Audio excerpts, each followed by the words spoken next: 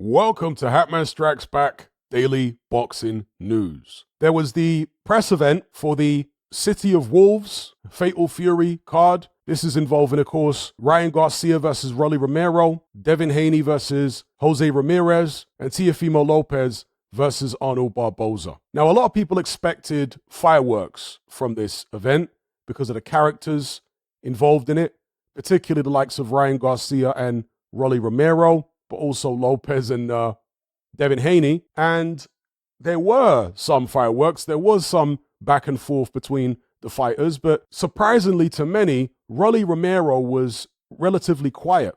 Maybe it's because he's been knocked out in the past, and that's why he maybe isn't as verbal as he used to be. He had the stare down and the press conference with Ryan Garcia, and there weren't really many barbs exchanged other than when Rolly Romero spoke about this sparring session that he had with Ryan Garcia back in the days, where he said he dominated Garcia, beat him up. And Garcia, I don't think has ever really denied that.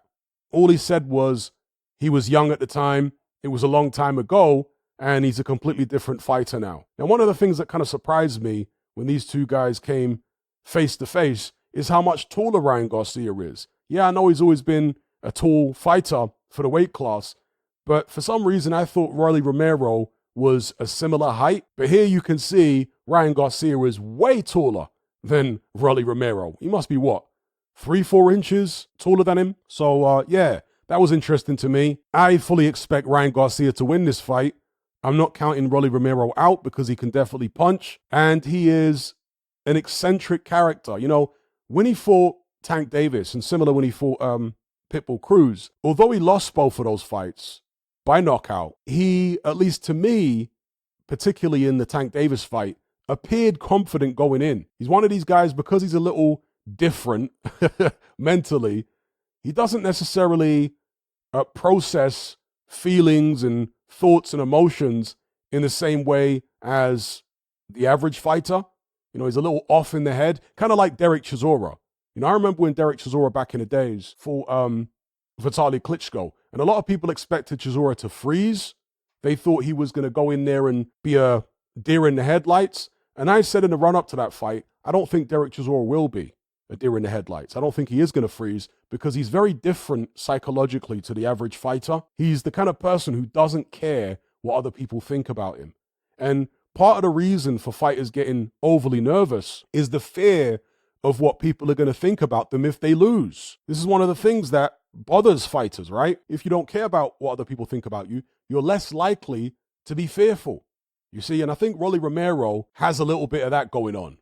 You know, he doesn't really care what people think about him. He's an eccentric character. And so I expect him to go into the Ryan Garcia fight very confident, perhaps thinking about the sparring session back in the days. Whether that will help him in any meaningful sense, it remains to be seen. I think he'll draw confidence from it, but as far as the technical aspects of this fight, I think that's what will determine the winner and the loser. And Ryan Garcia's got the height, he's got the reach, he's got the youth, he's got the speed, he's got, most things in his advantage. So yeah, I fully expect Ryan Garcia to win. On the same card, we got Devin Haney versus Jose Ramirez.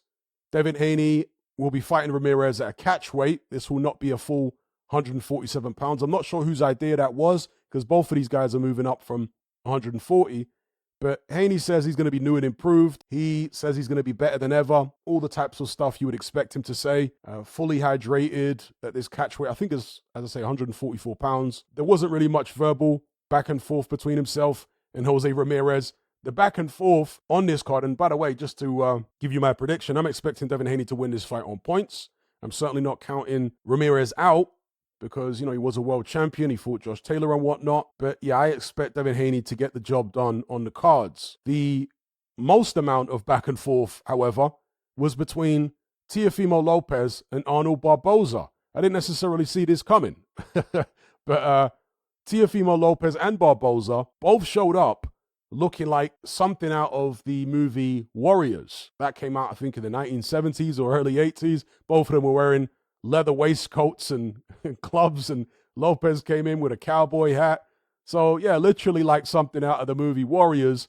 And they were going back and forth, trading insults, going in on each other. I didn't realize that these two had that kind of beef. Maybe they don't. Maybe it's just promotion for the show.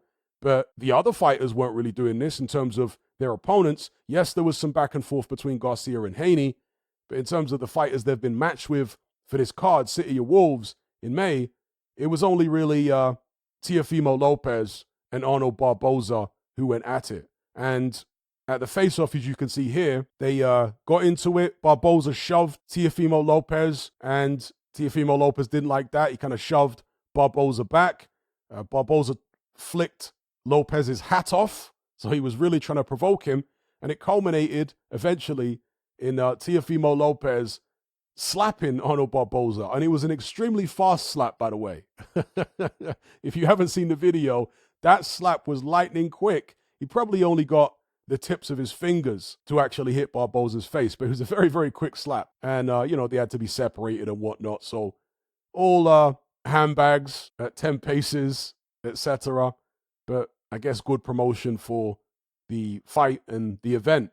And there's been a couple of people on recent live streams, one individual who's from New York City, saying that they don't think this fight is going to be on the ground in Times Square because they think that New York is too dangerous right now. It's crazy right now. This is what they're saying. Well, all of the information I've got is that it absolutely will be in Times Square on the ground, because there was somebody suggesting it might be on top of a building or something. No, that's not what I'm hearing. I'm hearing it's going to be on the ground. They're locking off the roads.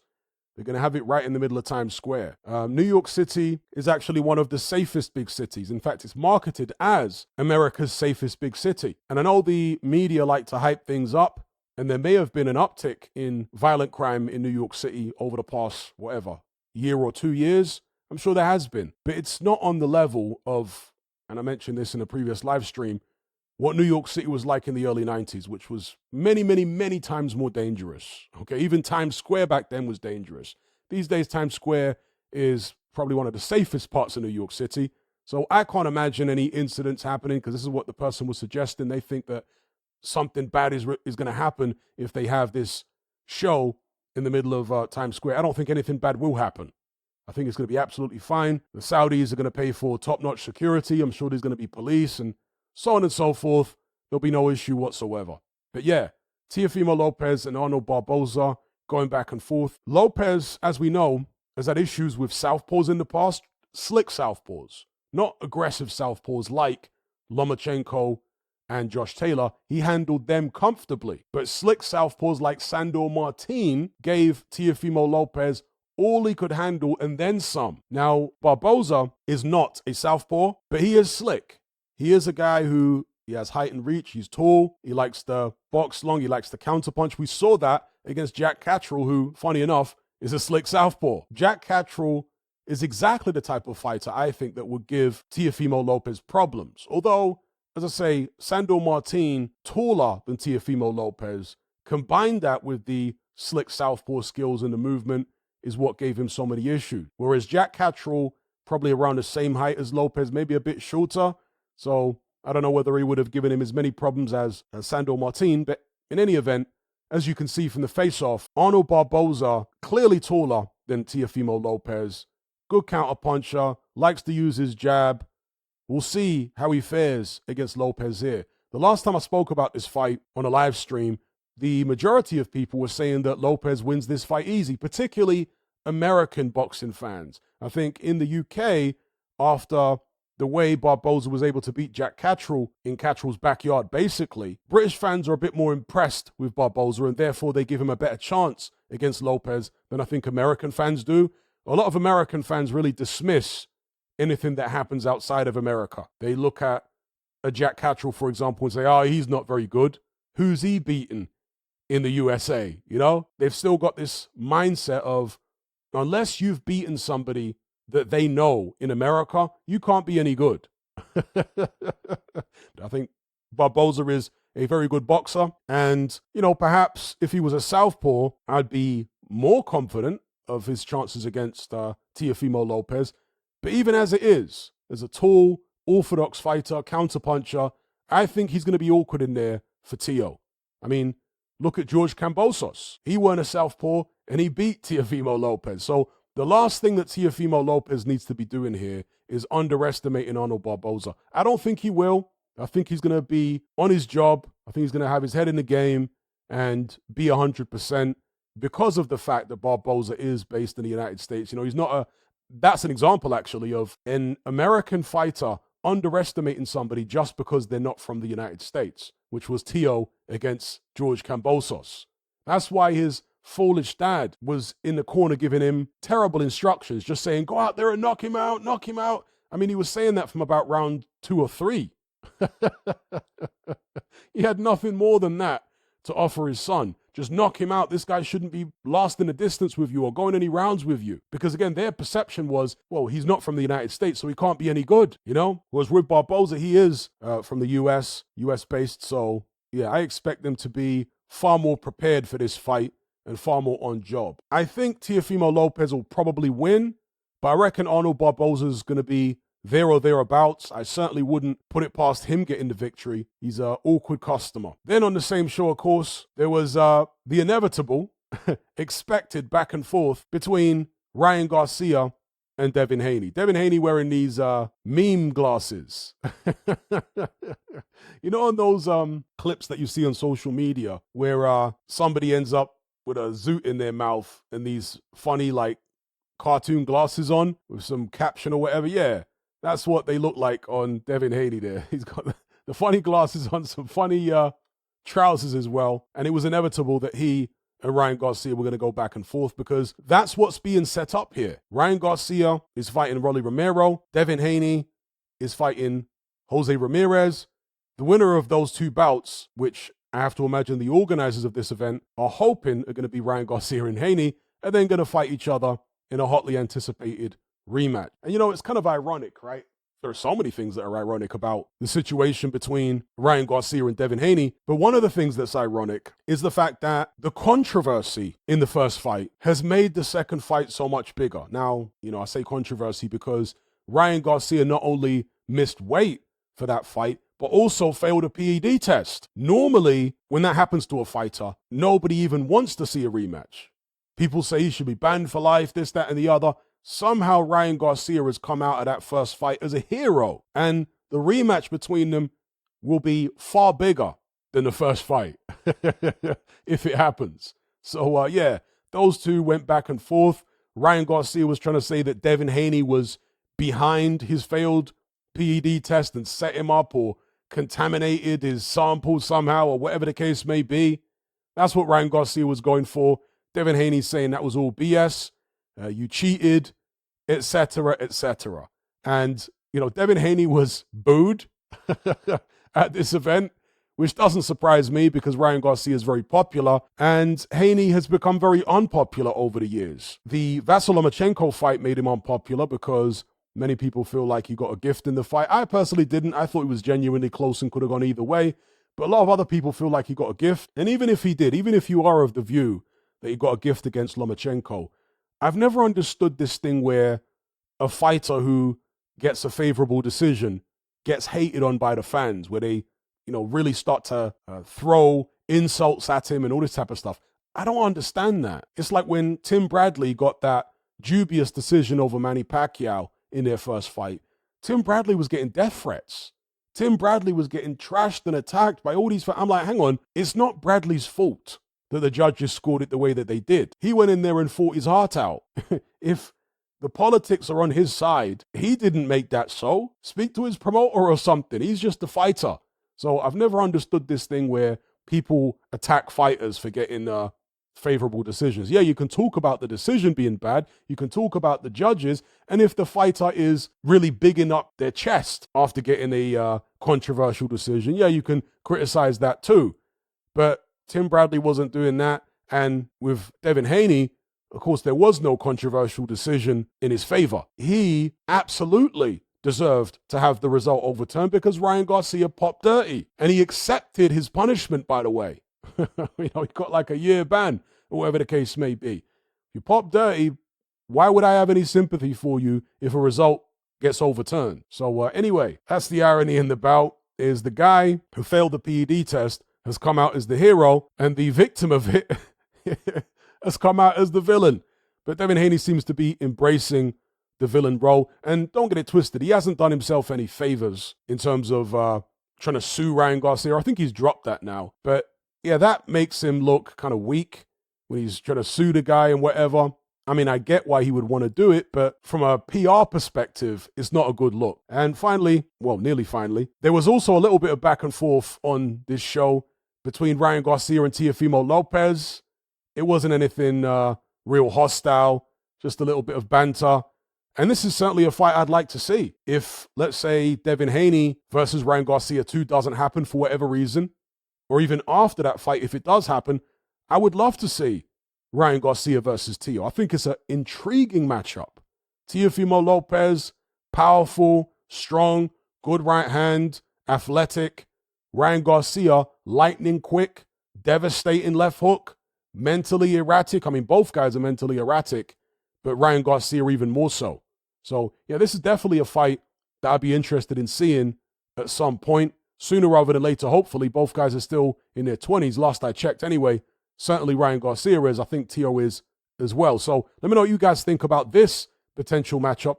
Again, there was a little bit of back and forth between them, but it was kind of lighthearted. There was nothing too hostile. Now, I was saying finally, as if this was the last thing on the card or the last thing that happened during the press conference that I was going to speak about. But no, there was this hilarious incident where Todd Grisham was interviewing Bill Haney, and Bill Haney was extremely hostile towards Todd Grisham. He called him all sorts of names and refused to calm it down. Todd Grisham looked like he actually wanted to chin Bill Haney. He seemed taken aback by Bill Haney's hostility. And this is the type of thing which doesn't endear the Haneys to the public. You know, when they come out behaving like this, it's just not a good visual, because Bill Haney was claiming that Todd Grisham was basically not giving his son the proper respect during the press conference. I didn't really get that. I'm not sure exactly what Bill Haney was referring to. The only thing was when Todd Grisham was talking about Devin Haney's punch resistance. He was saying, is it going to be the same following the beating he took against Ryan Garcia, which is a legitimate question. There's nothing wrong with that question. But Devin Haney was saying that if he didn't have a good chin, he wouldn't have been able to get off the canvas as many times as he did. But Todd Grisham kind of went back at him and said, well, it showed you had a big heart getting off the canvas that many times, not necessarily a great chin. And that's a debatable thing, because some people say, for example, going back to Tyson Fury, that Fury's got a great chin because he's able to get off the canvas the way he does and continue in fights. Well, yeah, you could say that he's got a better chin than a fighter who goes down and doesn't get up, right, multiple times in fights. But he doesn't have, let's say, a Filip Hrgovic type chin. He doesn't have, back in the days, a Mariusz Wach chin. Probably not even a Joe Joyce chin, Tyson Fury. He's easier to hurt and he's easier to drop than many other fighters in the heavyweight division. So while Fury doesn't have a bad chin necessarily, he hasn't got an iron jaw. What I will say is Fury's got very good powers of recovery. So he recovers quickly from being hurt, generally speaking. Can we say the same for Devin Haney? Does he have good powers of recovery? So does he have a quote-unquote good chin in that sense? To me, he doesn't have like Tyson Fury level recovery powers. But yeah, he didn't get sparked out by Ryan Garcia. He did manage to hold on rubbery legs and get through difficult situations. But it remains to be seen. And it is, again, in my opinion, a perfectly legitimate question by Todd Grisham. It remains to be seen if Devin Haney's chin has been cracked by the beating he took against Ryan Garcia. Because with some fighters, that absolutely does happen. They get hurt in a fight, drop multiple times, or in some cases knocked out, and their punch resistance is never the same again. Rather than being reasonable, because that's the only thing I can imagine, or the only thing as far as I can tell, that Bill Haney would have taken exception to, that Todd Grisham said during the press conference, rather than being reasonable about those comments, because they were reasonable comments, right? Rather than being reasonable, Bill Haney's coming out on the front foot, being aggressive with an interviewer who is being perfectly cordial with him. You know, this is not going to help the PR for the Haney team. But maybe they don't care. In fact, maybe they're doing this deliberately. Maybe Bill Haney's doing this deliberately to try and sell the fight. I don't know.